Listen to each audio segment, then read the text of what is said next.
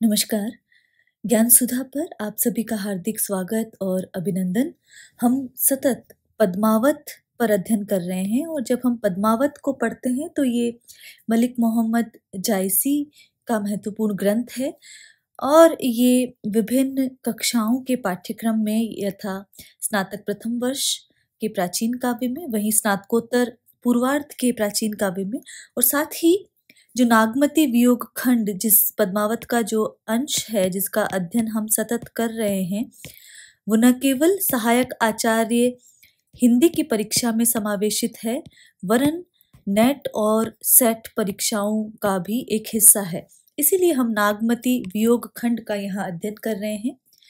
हम इसके न केवल व्याख्यात्मक पक्ष पर बात करेंगे वरन क्यों ये प्रेमाख्यानक परंपरा का महत्वपूर्ण ग्रंथ है, किस प्रकार इसका कला पक्ष इतना सुघड़ है, किस प्रकार जो भाव पक्ष है वो प्रेमाख्यानक काव्य परंपरा में आया है, इन सभी बिंदुओं पर हम चर्चा करेंगे।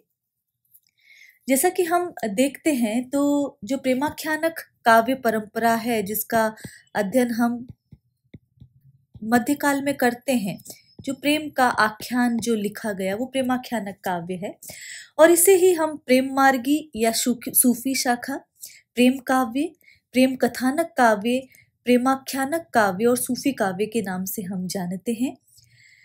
वस्तुतः यदि हम देखें तो ये नाम इस तथ्य के द्योतक हैं कि इस परंपरा में प्रेम तत्व की प्रमुखता है, लेकिन यदि हम ये प्रेम तत्व ही देखें तो ये प्रेम तत्व विशुद्ध भारतीय परंपरा का निर्वहन नहीं करता, क्योंकि भारतीय प्रेम परंपरा तो केवल और केवल जो गार्हस्थ्यिक जो प्रेम परंपरा है केवल उसी को मानता है, लेकिन ये प्रेम परंपरा जो भारतीय श्रृंगार भावना से किंचित भिन्न है। यहाँ पर जो गार्हस्थ्यिक प्रेम के साथ साथ जो स्वच्छंद प्रणय भाव है उसे भी यहाँ महत्ता दी गई है, इसीलिए ये यहाँ पर भारतीय परंपरा से किंचित भिन्न दिखाई देता है। यदि प्रेमाख्यानक काव्य परंपरा की बात करें और प्रेमाख्यानक काव्य परंपरा में हम उस्मान की चित्रावली से लेकर मंजन की मधुमालती और शेख नबी की ज्ञानदीप तक हम ये बात करते हैं और जब इस परंपरा में देखते हैं तो इसकी एक शैली जो है वो विशिष्ट रूप से आकृष्ट करती है और यूं जो हिंदी प्रेमाख्यानक काव्य परंपरा हुई है उसकी शैली के विषय में हम एक कोई मत नहीं दे सकते, लेकिन जो मुख्य बातें निकल कर आती हैं वो यह है कि यहाँ पर जो अभिधा से भिन्न कुछ बात कही गई है और अभिधा से भिन्न बात कहने के लिए कवि ने अन्योक्ति, समासोक्ति और प्रतीक का सहारा लिया है। तो ये तीनों ही चीजें यदि हम जायसी के पद्मावत में भी देखते हैं तो वहाँ अन्योक्ति के माध्यम से प्रस्तुत के साथ अप्रस्तुत अर्थ की भी व्यंजना प्रभावोत्पादक रूप में करने की कोशिश की गई है। जब वो कहते हैं, ए रानी मन देखु विचारी, एही नेहर रहना दिनचारी, जब लगी अहे पिता कर राजू, खेली लेहु जो खेलहु आजू, पुनि सासुर हम गोनब काली, कित हम कित एह सरवर पाली। तो यहाँ पर जो लौकिक बात करते हुए जो अलौकिक बात यहाँ पर कह देते हैं जायसी या प्रस्तुत अर्थ की व्यंजना कर देते हैं तो वो अन्योक्ति है। इसी तरह जो समासोक्ति और प्रतीक के माध्यम से ही यहाँ पर अभिधात्मक अर्थ के साथ साथ व्यंग्यार्थ की भी सत्ता हमें स्पष्ट दिखाई देती है। और जब हम रतन सेन और पद्मावती और नागमती की बात करते हैं तो यहाँ पर विशुद्ध प्रतीकात्मक रूप से तन मन, सांसारिक आकर्षण, सात्विक बुद्धि, मोक्ष प्राप्ति आदि के प्रतीक वहां पर गढ़ते हुए नजर आते हैं। यदि शैली की दृष्टि से ही बात करें तो अन्योक्ति, समासोक्ति और प्रतीक के बाद जो बात आती है वो अतिशयोक्ति की बात आती है, क्योंकि केवल सीधी सीधी बात उन्होंने नहीं कही है, अतिशयता वहां पर की है। और यदि हम देखें तो इन कवियों का ये मानना था कि एक बात को यदि जितना अधिक कहा जाए उतना ही अधिक उसका प्रभाव उत्पन्न होगा। इसीलिए उन्होंने अनेक स्थलों पर एक ही तथ्य की पुनरावृत्ति की है और इसी से वहां पर अतिशयोक्ति उत्पन्न हो गई है। तो जो दूसरी महत्वपूर्ण बात निकल कर आती है अन्योक्ति के पश्चात, वो है अतिशयोक्ति। तो इसीलिए इन्होंने अनेक स्थलों पर तथ्यों की पुनरावृत्ति की है और इतिवृत्त कथन, वर्णन, विस्तार इसीलिए यहाँ पर हो गया है। तो ये भी एक मुख्य बात अतिशयोक्ति की निकल कर आती है। यदि छंद योजना की बात करें यहाँ पर इन ग्रंथों में, तो छंद योजना में इन्होंने चौपाइयों या अर्धालियों के बीच बीच में दोहा देने की पद्धति अपनाई है और ये मुख्य पद्धति है। लेकिन इसके अलावा भी अपवाद भी वहां पर दिखाई देते हैं, जिसमें सोरठा, बरवे, कवित्त, सवैया, कुंडलिया, झूलना आदि शब्दों के प्रयोग भी, आदि छंदों के प्रयोग भी वहां पर दिखाई देते हैं। यदि हम पद्मावत की बात करें तो जैसा कि विदित है, पद्मावत जो मलिक मोहम्मद जायसी का जो ग्रंथ है जिस पर हम सतत बात कर रहे हैं, उसकी रचना जो है 1540 ईस्वी में होती है। और जब हम इसको देखते हैं तो ये इस परंपरा का एक तरह से प्रौढ़तम काव्य एक माना जाता है, एक प्रतिष्ठित रचना है, एक गंभीर रचना है और प्रौढ़तम काव्य माना जाता है, जिसमें चित्तौड़ के राजा रत्नसेन और सिंघल की राजकुमारी पद्मावती के प्रेम विवाह और विवाहोत्तर जीवन का चित्रण मार्मिक रूप में हुआ है। तो विवाहोत्तर जीवन है यहाँ पर। और यदि हम देखें तो रत्नसेन पद्मावती के विवाह तक पूर्वार्ध भाग है और शेष उत्तरार्ध भाग में विभाजित इस पूरे कथानक को किया गया है। यहाँ पर इतिहास और कल्पना दोनों का समावेश है, लेकिन कल्पना ही अधिक यहाँ पर मानी गई है। इतिहास के किंचित अंश यहाँ पर देखे जा सकते हैं। उत्तरार्ध जो है उसे अपेक्षाकृत ऐतिहासिक माना गया है। यदि पद्मावत की बात करें तो पद्मावत जो है वो रोमांचक शैली का कथा काव्य है। ये एक महत्वपूर्ण बात है, रोमांचक शैली है और कथा काव्य है और इतिवृत्तात्मकता इस काव्य में दिखाई देती है, क्योंकि कथा तत्व महत्वपूर्ण है, इसलिए जो इतिवृत्तात्मकता है वो यहाँ पर महत्वपूर्ण रूप से दिखाई देती है। और यहाँ पर अगर हम देखें तो पद्मावत के जो विभिन्न पात्र हैं उनकी जो दार्शनिक जो दृष्टि है, जो दार्शनिक तत्व है, वो वहां पर स्पष्ट दिखाई देते हैं। और जब हम उस आलोक में यहाँ पर देखते हैं तो ये एक एलिगरी और या रूपक काव्य के रूप में भी उभर कर सामने आता है। तो रूपक काव्य के रूप में भी इस काव्य को देखा जाता है, क्योंकि यहाँ पर प्रस्तुत के माध्यम से अप्रस्तुत की बात यहाँ पर कवि करता हुआ दिखाई देता है, इसीलिए इसे एलिगरी भी कहा गया है, रूपक काव्य भी कहा गया है। और प्रतीकार्थों का स्पष्ट संकेत कवि ने किया है, इसके लिए पाठक को कहीं और शरण नहीं लेनी पड़ती है। यदि यहाँ पर देखें, इसका अध्ययन करें तो जो साधक का मन है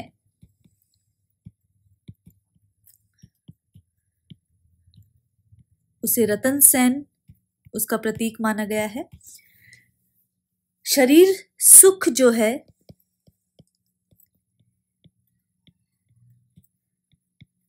उसका प्रतीक चित्तौड़ को माना गया है।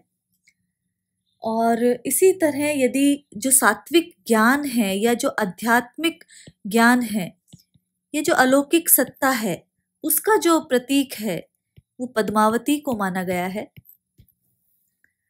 और इसी तरह यदि हम देखें तो ये इसी सहायता से, अंत में पद्मावती की सहायता से ही रतन सेन जो है मोक्ष प्राप्त करता है।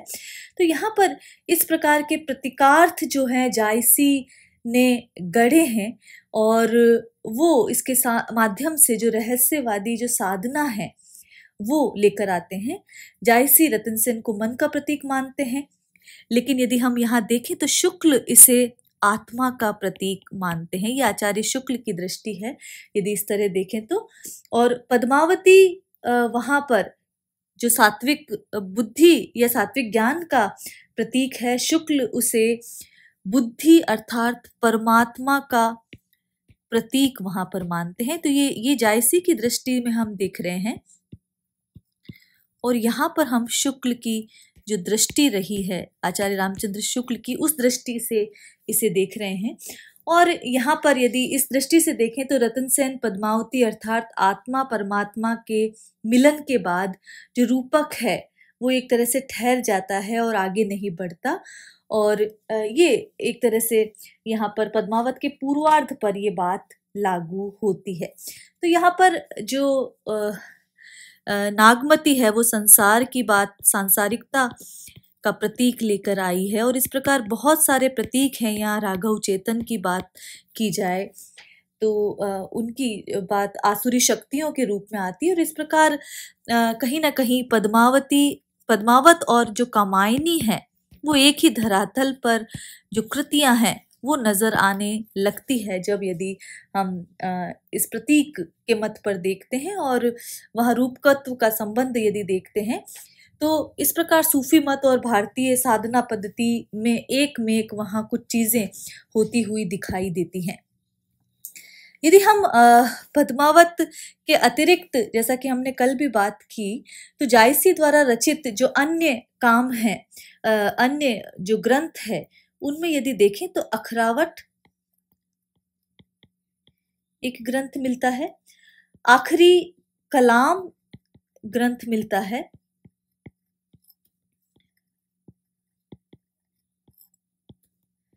चित्ररेखा जायसी का एक ग्रंथ मिलता है, कहरा नामा जायसी का एक ग्रंथ मिलता है, और इसी तरह मसला नामा भी एक ग्रंथ मिलता है। लेकिन जो जायसी की जो ख्याति का आधार है वो पद्मावत है। और इसमें यदि हम देखें तो भारतीय कथा काव्य की सभी रूढ़ियों और प्रवृत्तियों का नियोजन यहाँ पर किया गया है। और इस दृष्टि से यह है उच्च कोटि का काव्य है जिसमें पद्मावती के सौंदर्य, नागमती के विरह, रतन सेन के साहस, त्याग और शौर्य की व्यंजना यहाँ पर की गई है। जैसा कि हम जान चुके हैं इसकी भाषा अवधी है, ठेठ ग्रामीण अवधी, और छंद योजना में नियमित रूप से यदि देखें तो चौपाई व दोहे का प्रयोग यहाँ पर किया गया है। तो भारतीय दर्शन, ज्योतिष, कामशास्त्र, पाकशास्त्र, शस्त्र विद्या आदि के परंपरागत जो ज्ञान है उसका भी गुम्फन यहाँ पर किया गया है। तो ये कुछ महत्वपूर्ण तथ्य हैं जो जानने जरूरी है पद्मावत के संदर्भ में। यदि हम पद्मावत को आचार्य रामचंद्र शुक्ल के नजरिए से देखते हैं तो वहां पर वो कहते हैं, ये आचार्य रामचंद्र शुक्ल का वक्तव्य है कि प्रेम गाथा की परंपरा में पद्मावत सबसे प्रौढ़ और सरस है। प्रेम मार्गी सूफी कवियों की और कथाओं से इस कथाओं में ये विशेषता है कि इसके ब्योरों से भी साधना के मार्ग, उसकी कठिनाइयों और सिद्धि के स्वरूप आदि की जगह जगह व्यंजना होती है।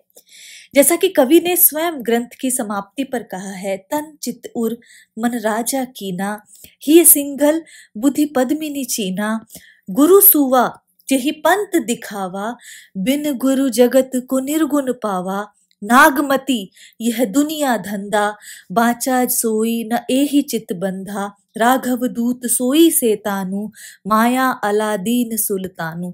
तो यहाँ पर जो रूपक तत्व है, जो प्रतीक योजना है, वो बात भी इस जो उदाहरण से स्पष्ट हो जाती है। तो ये कुछ बातें हैं जो जाननी जरूरी है यदि हम पढ़ते हैं, जो प्रेमाख्यानक काव्य परंपरा पढ़ते हैं। और जब प्रेमाख्यानक काव्य परंपरा में देखते हैं तो जो हिंदू और मुसलमान जो दो संस्कृतियों का समन्वय करता हुआ ये काव्य धारा दिखाई देती है। पद्मावत की रचना संस्कृत प्रबंध काव्यों की सर्गबद्ध पद्धति पर नहीं हुई है, वरन ये फारसी की मसनवी शैली पर आधारित है। तो ये बात विशेष ध्यान रखने योग्य है कि फारसी की जो मसनवी जो शैली है उस पर ये रचना रची गई है। और फारसी की जब मसनवी शैली को वहाँ देखते हैं तो जो कड़वक बनाने की जो बात कही जाती है वो एक महत्वपूर्ण बात है कि जिसमें चौपाई या अर्दालियों के बाद दोहा रखकर जो कड़वक बनाया जाता है, चौपाइयों या अर्दालियों के बीच में दोहा देने की जो पद्धति है वो मसनवी शैली है। यहाँ पर यदि देखा जाए तो प्रारंभ ईश वंदना से होता है, वहाँ पर शाह वक्त का जिक्र होता है, वहाँ पर पैगंबर का जिक्र होता है और जो आसुरी शक्तियों का जिक्र होता है। और समूचा जो काव्य है, समूचा जो इतिवृत्तात्मक कथा है वो अलग अलग सर्गों में, खंडों में विभक्त ना होकर एक ही छंद में निरंतर चलती रहती है, मसनवी शैली है। यहाँ पर श्रृंगार वीर आदि के वर्णन चली आती हुई भारतीय काव्य परंपरा के अनुसार ही है। इसका पूर्वार्ध तो एकांत प्रेम मार्ग का ही आभास देता है, पर उत्तरार्ध में लोक पक्ष का भी विधान है। पद्मिनी के रूप का जो वर्णन जायसी ने किया है वह पाठक को सौंदर्य की लोकोत्तर भावना में मग्न करने वाला है। तो ये रामचंद्र शुक्ल का कथन है और इसे इस दृष्टि से ध्यान रखना चाहिए। उत्तरार्ध यूं लिखें।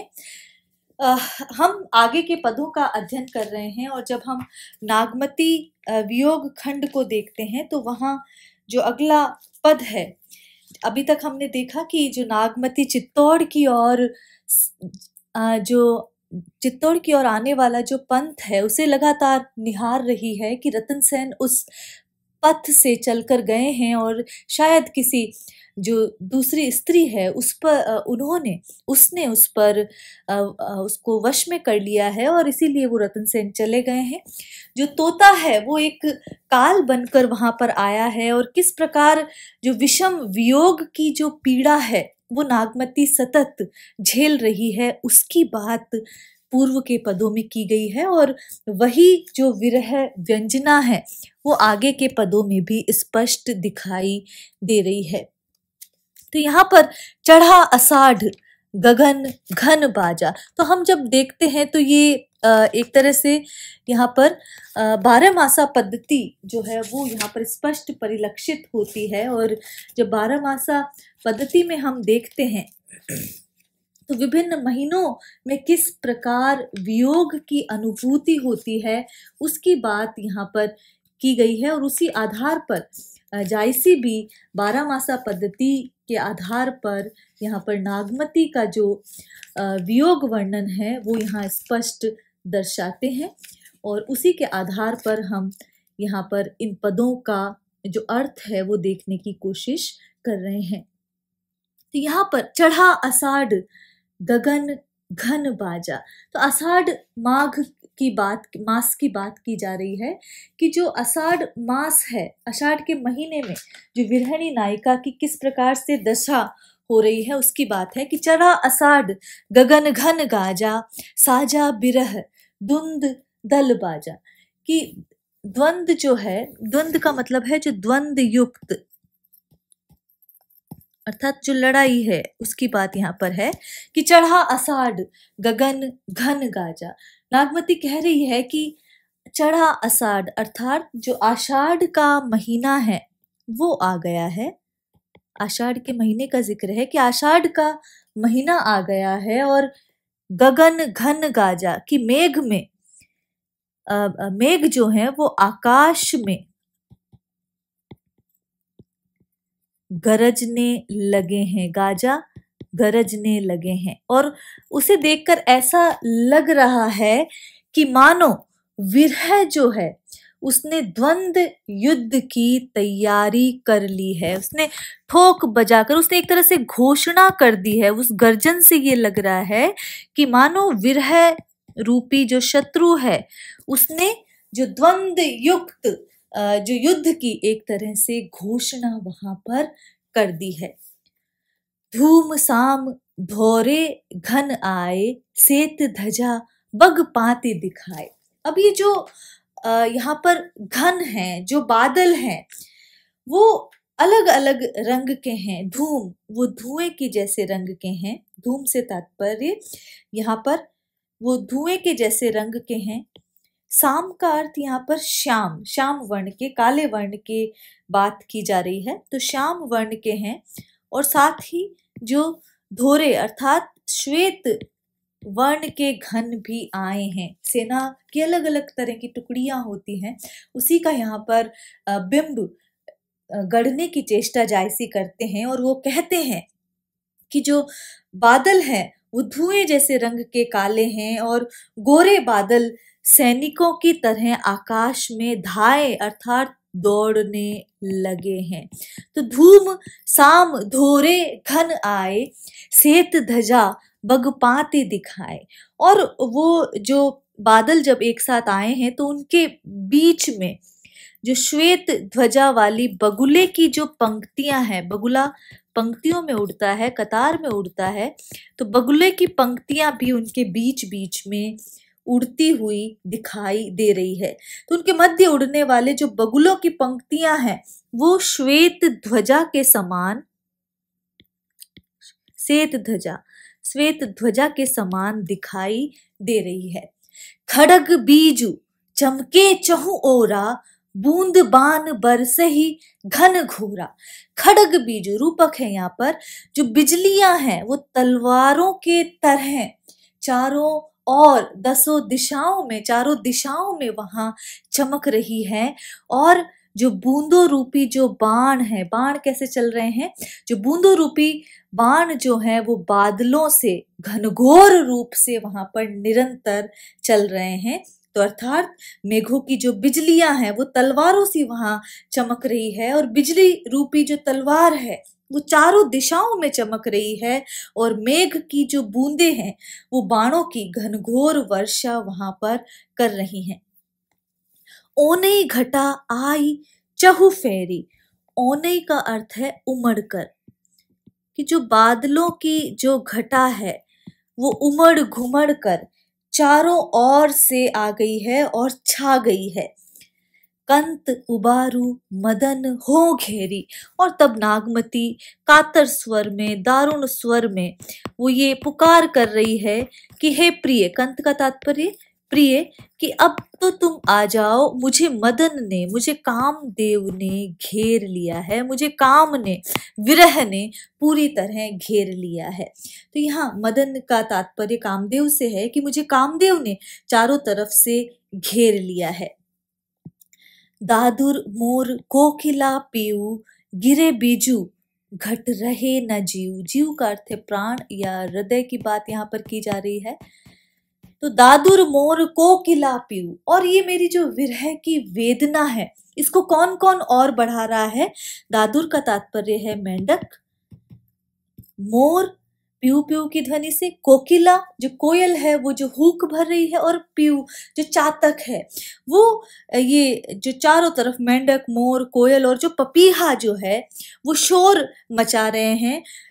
दरअसल ये ही जो चार है वो इस मदन के सैनिक हैं, काम के कौन है, सैनिक। तो यही मुझे लगातार परेशान कर रहे हैं। गिरे बिजू घट रहे न जीव, और साथ ही मेरे हृदय पर जो इनके जो शब्द हैं वो बिजली की भांति निरंतर गिर रहे हैं। और जो मेरे हृदय में जो प्राण है वो एक क्षण के लिए भी घट रहे, वो इस शरीर में नहीं रह पा रहा है, और वो मेरे प्राण जो है व्याकुल होकर शरीर छोड़ देना चाहते हैं। तो ये बात यहाँ पर कही जा रही है।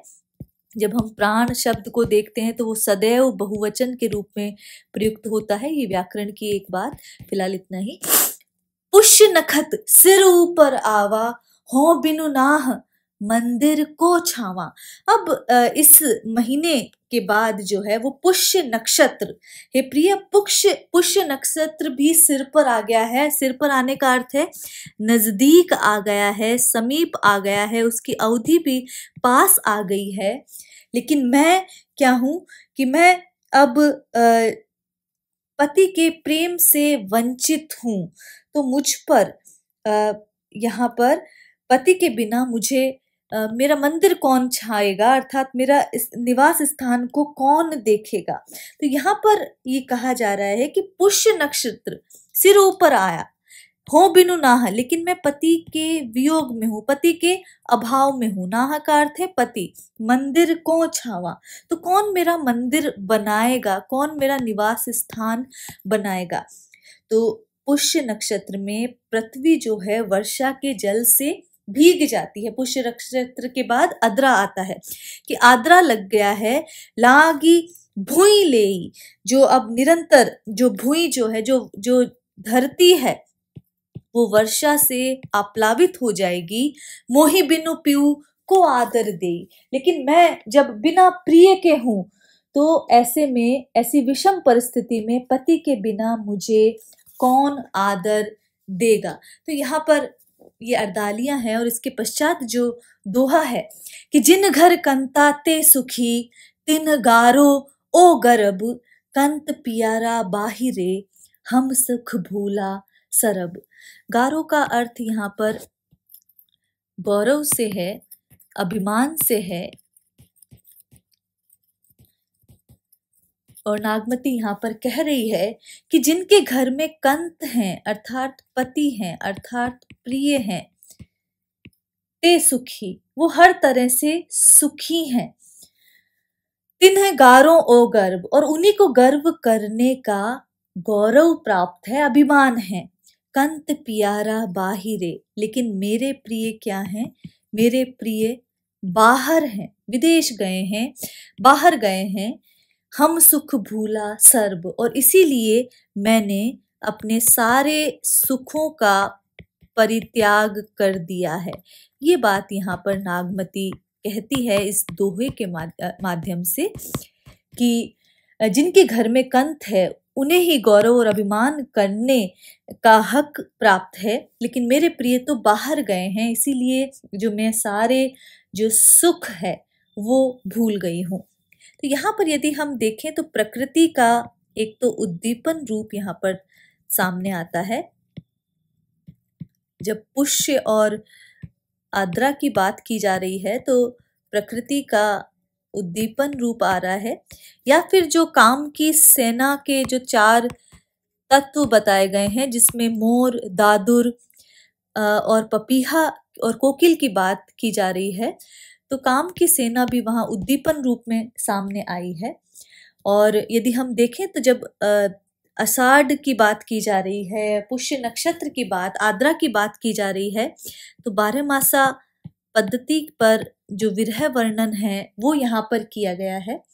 और यदि देखें तो चूंकि पूरा में रूपक अलंकार है, तो सांग रूपक अलंकार यहाँ देखा जा सकता है। चूंकि दोहा है तो अंत्यानुप्रास तो आएगा ही आएगा, अंत्यानुप्रास अलंकार है यहाँ पर, और साथ ही उत्प्रेक्षा अलंकार भी यहाँ पर देखा जा सकता है। तो ये जो समूचा पद है, इसमें यदि हम देखें तो नागमती के वियोग वर्णन के अंतर्गत 12 मासा का वर्णन यहाँ पर किया गया है, और आषाढ़ में होने वाले परिवर्तनों के साथ साथ जो नागमती की जो विरह अवस्था है उसका कवि बहुत ही प्रामाणिक रूप से वर्णन यहाँ पर करता है।